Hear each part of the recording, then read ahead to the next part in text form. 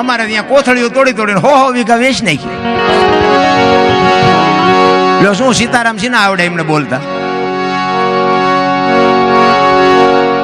વેલનાથ બાપુનો એક પ્રસંગ કહી દઉં તમને. વેલનાથ બાપુ એકવાર છે ને આમ વસ્તીમાં વિચરવા નીકળ્યા ને, એ વિચરવા નીકળ્યા અને એક ગામમાં હાંજ પડી અને ચોરા પાસેથી નીકળ્યા. એટલે ગામો ગામ ચોરાઓ અહીંયા રીધી સીધી બેઠી જ હોય. અને અહીંયાથી નીકળ્યા કે ભાઈ અમારે હરિહર કરવું છે ને કોઈ રાત રોકાવું છે, કોઈ ઘર ખરું? એટલે એક રામલો કરીને ચુવાળીઓ કોળી અને બાપુ શિકારનો ચોરીનો ધંધો કરે. જો ધ્યાન આપજો, સદગુરુની કૃપા શું હોઈ શકે. એટલે રામલો કરી અને કોળી અને શિકાર ને ચોરીનો ધંધો કરે. એટલે જુવાનિયા હતા ને એને કીધું કે આ બાપુનો રામલાલ ખીરજ મોકલી દો ને ભલે હું એનું કરે. એટલે એ કે તમે આમ હાલ્યા જાવ છે. એટલે રામભાઈ કરીને નામ છે અને અહીંયા બધા કે આવે. એટલે ફળિયામાં ગયા ને એ કે રામભાઈ તમારું નામ આ મોસરીએ બેઠેલો. એ કે હા બાપુ સીતારામ. હવે જેના ઘરે જાઓ ને તમને એ શું ધંધા કરે છે ફળિયામાં કરો તો તરત ખબર પડી જાય. ખેડૂના ઘરે જાઓ ને તો ખબર પડી જાય કે આ ખેડૂ લાગે. માલ ઢોર વાળો હોય ખબર પડી જાય કે આ માલ ઢોર વાળા લાગે. હવે આના હથિયાર બધા આમ ટીંગાતા હતા. એટલે બાપુને એમ થયું કે આ જુવાની મને જે અવળો ભરાયો છે, પણ કે કાંઈ વાંધો નહીં. એટલે રામલો કે છે બાપુ બોલો. એ કે ભાઈ મારે હરિહર કરવું છે અને રાત રોકાવું છે. કે બાપુ હું તો પાપી પારધી જેવો છું, અહીંયા મારા ઘરે ને તમને હું રોટલાની વ્યવસ્થા કરાવી દઉં. બાપુ કે ના તારા ઘરનું જ ખાવું છે. બહુ આજીજી કરીને એટલે બાપુનું માનીને કીધું કે કાંઈ વાંધો નહીં બાપુ તો બેહો. એ રોટલા બનાવ્યા, ખાધું, વાળું પાણી કરીને ફળિયામાં ખાટલા નાખીને બેઠા હતા. એ ખાટલા નાખીને બેઠા હતા અને રામલો કહે છે કે બાબુ અમે તો પાપી છે, અમે તો પારધી જેવા છે, પણ તમે તો સંત છો, કંઈક હારી બે વાતો કરો તો અમારો કંઈક ઉધાર થાય. એટલે આજુબાજુમાંથી બધા ડોહા આવી અને બેઠા 15-20 જણા અને બાપુ સત્સંગ કરે છે. એ રાતના 12-1 વાગ્યાનો સમય થયો અને રામલાનો એક 18 વર્ષનો દીકરો અને બહાર વાડામાં ગયો અને ત્યાં એને બાપુ એરું આપડી ગયું. રામલાના દીકરાને એરું કરડી ગયો. લથડિયા મારતો મારતો ઘરમાં આવ્યો અને ચકરી ખાઈને દીકરો પડીને ખોળિયામાંથી જીવ નીકળી ગયો. રામલાની વહુ અંદર છે અને એને એમ થયું કે દીકરો ગુજરી ગયો. હવે બહાર સંતો બેઠા છે, ડાયરો બેઠો છે, આમાં કેમ દેકારો કરવું? એ બારણામાં આવી અને એના ઘરવાળાને આમ ઈશારો કર્યો કે અહીંયા આવો. તો રામલો અંદર ગયો. એ કે આપણા દીકરાને હેરું કરડી ગયું. રામલાને એક માલપા બાપુ હૃદયમાં એક આંચકો લાગ્યો. પણ એ કે અત્યારે જો આપણે અહીંયા એક સાધુ આવ્યો છે, સવાર સુધી રોતી નહીં, નકર હું તારો જીવ કાઢી લઈશ. એ હવારે જે વિધિ થાય એ કરી નાખશું, બાકી અત્યારે કાંઈ બોલતી નહીં, તું બેહી જાય ની પાસે. હવારે જે થાય એ કરશું.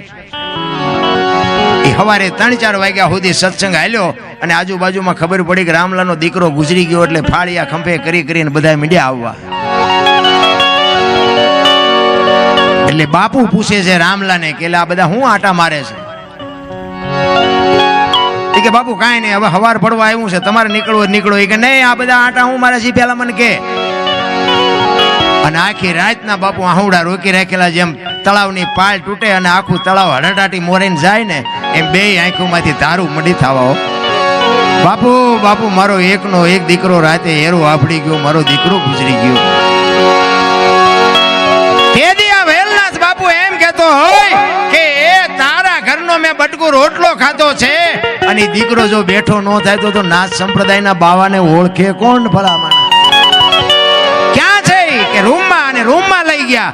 દીકરાને મોઢે લુગડું હતું, આખું કરીને કહે છે બેટા ઉભો થા, હું કામ તારા મા બાપને દુખી કરું? એ પાણીની અંજળી છાંટી દીકરો ઉભો થયો. પણ રામલાને બાપુ ખટાકો બોલી ગયો કે આ બાવાને જવા ન દેવાય. જો આ બાપુ ગાંઠ વળી જાવી જોવે. આપણે તો હાંકડીમાં આવીને તારે હનુમાન ચાલીસા ચાલુ કરીને બીજે દી પાછા હતા એવા ને એવા. આ ગાંઠ વળી જાવી. આ જેસલ જાડેજો સતી તોરલ ને 2 લઈને નીકળ્યા ને અને હોળી આમ થઈ ને અહીંયા જેસલે ગાંઠ વાળી લીધી કે હોળી જો કાંઠે પૂગી જાય હવે તલવાર મૂકી દેવી છે. હવે કાંઠે ગયા પછી તલવાર પાછી ઉપાડી હોત તો કોણ એને રોકત? એમ બાપુ ગાંઠ વળી જાવી જો કે હવે નહીં એટલે નહીં બસ. અને આને બાપુ રામલાને એમ થયું કે હવે આ બાપુને જવા ન દેવાય. બાપુના પગ ચાલીને કહે છે બાપુ મને કંઠી બાંધો, મારા ગુરુ બનો, મને ઉપદેશ આપો. બાપુ ના પાડે છે કે ભાઈ તું જે કરતો હોય તું કર, અમે જે કરીએ અમને કરવા દે ને મને જવા દે. કે ના બાપુ હવે ન જવા દો. બહુ આજીજી કરીને એને કંઠી બાંધીને જે કઈ ઉપદેશ આપવાનો હતો આપી બાપુ નીકળી ગયા. અને રામલાએ બાપુ શિકાર કરવાનું બંધ કરી દીધું કે હવે મારા ગુરુએ કીધું છે પાપ નહીં કરવાનું, ભૂખ્યો રહું તો ભલે રહું, બાકી હવે ન કરાય. 400 મહિનાનો સમય થયો ને એટલે બાપુને વિચાર થયો ઓલાની કંઠી બાંધી પણ મારા દીકરા કોઈ હમાસાર પમાસાર કે આવવાનું કઈ છે નહીં, અને શું કર્યું કે હું આંટો મારું. ઈ જ ગામમાં આવ્યા બાપુ. નાથ સંપ્રદાયના સંતો છે ને ઈ એવું મેં સાંભળ્યું છે, સાચું ખોટું રામ જાણે, કે નાથ સંપ્રદાયનો સાધુ એ ગમે એનું રૂપ લઈ શકે એવું સંતો કહે છે.